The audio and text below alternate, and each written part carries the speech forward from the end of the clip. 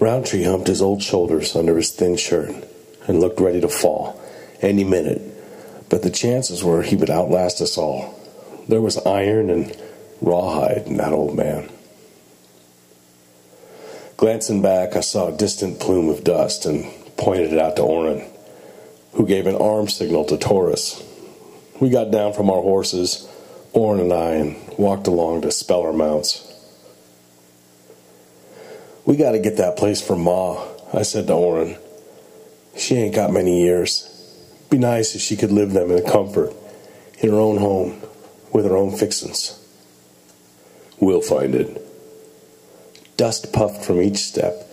Pausing to look back, he squinted his eyes against the glare and sting of sweat. "We gotta learn something, Ty," he said suddenly. "We're both ignorant, and it ain't a way to be. Listening to Tom makes a man think. If a body had an education like that, no telling how far he'd go."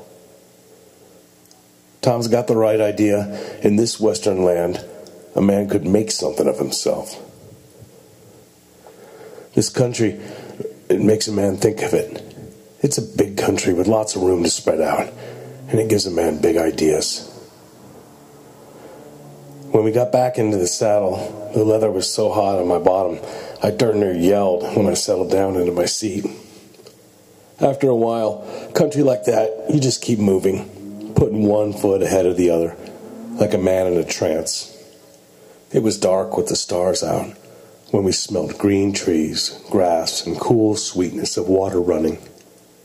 We came up to the Arkansas by starlight, and I'd still a cup of brackish water in my canteen.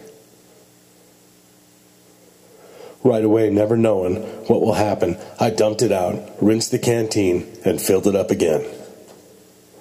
Taking that canteen to Drushilla's wagon, I noticed Baca watching with a hard look in his eyes. She was too good for either of us. The four of us built our fire away from the others because we had business to talk. "The Don has quite a place," Taurus tells me. "Big grant of land, mountains, meadows, forest, and lots of cattle." Cap had been talking to Taurus for some time. "Runs sheep, too, and a couple of mines, a sawmill." "I hear he's a land hog," Orin commented. "Lots of folks would like to build homes there if he'd let them." "Would you, Orin, if you own the land?" Tom asked mildly. "Nobody has a right to all that, anyway. He ain't an American," Orin said. Roundtree was no hand to argue, but he was a just old man. "He's owned that land for 40 years, and he got it from his father, who moved into the country back in 1794.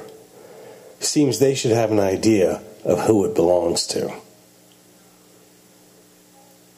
"Maybe I was mistaken," Orrin replied. That was what I'd heard. "Don Lewis is no pilgrim," Roundtree told us. "I heard about him when I first came west. He and his pappy, they fought Utes, Navajo, and Comanches. They worked that land, brought sheep and cattle clear from Mexico. They opened the mines, built the sawmill. I reckon anybody who wants to take their land is going to have to dig in and scratch."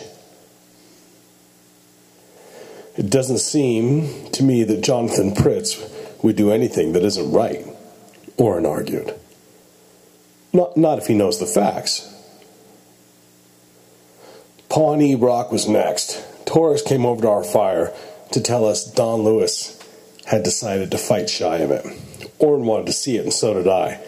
The four of us decided to ride that way, while the wagons cut wide around it.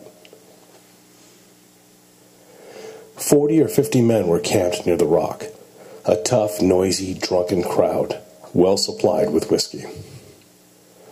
"Looks like a war party," Roundtree commented. Suddenly, I had a bad feeling that this was the Pritz crowd, for I could think of no reason why a bunch of that size should be camping here without wagons or women.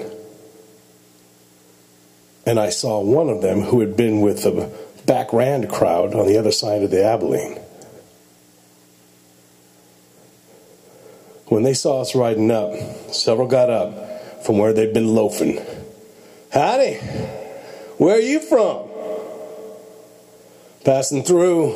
Tom Sunday glanced up past the few men who had come to greet us at their camp, which was no decent camp, but dirty, untidy, and casual.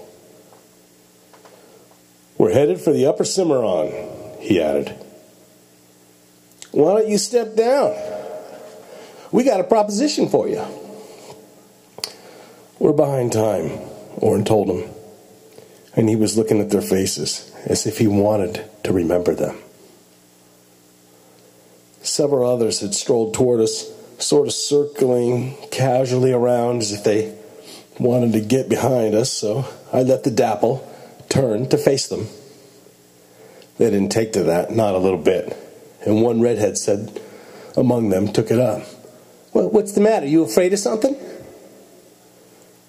When a man faces up to trouble with an outfit like that, you get nowhere either talking or running, so I started the dapple toward him. Not saying a word, but walking the horse right at him.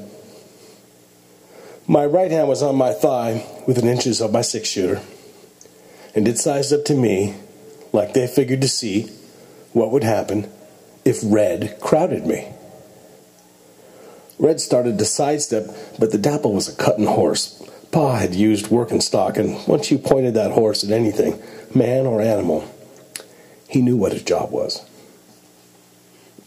Red backed off, and long ago I learned that when you get a man to backing up, it's hard for him to stop and start coming at you. In every move he made, the dapple shifted and went for him, and all of a sudden Red got desperate and grabbed for his gun, and just as he grabbed, I spurred the dapple into him. The dapple hit him with a shoulder, and Red went down hard. He lost grip on the pistol, which fell several feet away. Red lay on the ground on his back with the dapple right over him, and I hadn't even said a word. While everybody was watching the show Red and the dapple were putting on, Orrin had his pistol lying there in his lap. Both Tom Sunday and Cap Roundtree had their rifles ready, and Cap spoke up. "Like I said, we're just passing through." Red started to get up, and the dapple shifted his weight, and Red relaxed. "You get up when we're gone, Red. You're in too much of a sweat to get killed." Several of the others had seen what was going on and started toward us. "All right, Ty?" Orrin asked. "Let's go," I said, and we dusted out of there. One thing Cap had in mind, and I knew it was what he was thinking. If they were watching us, they wouldn't have noticed the passing wagons, and they didn't. We watered at Coon Creek and headed for Fort Dodge.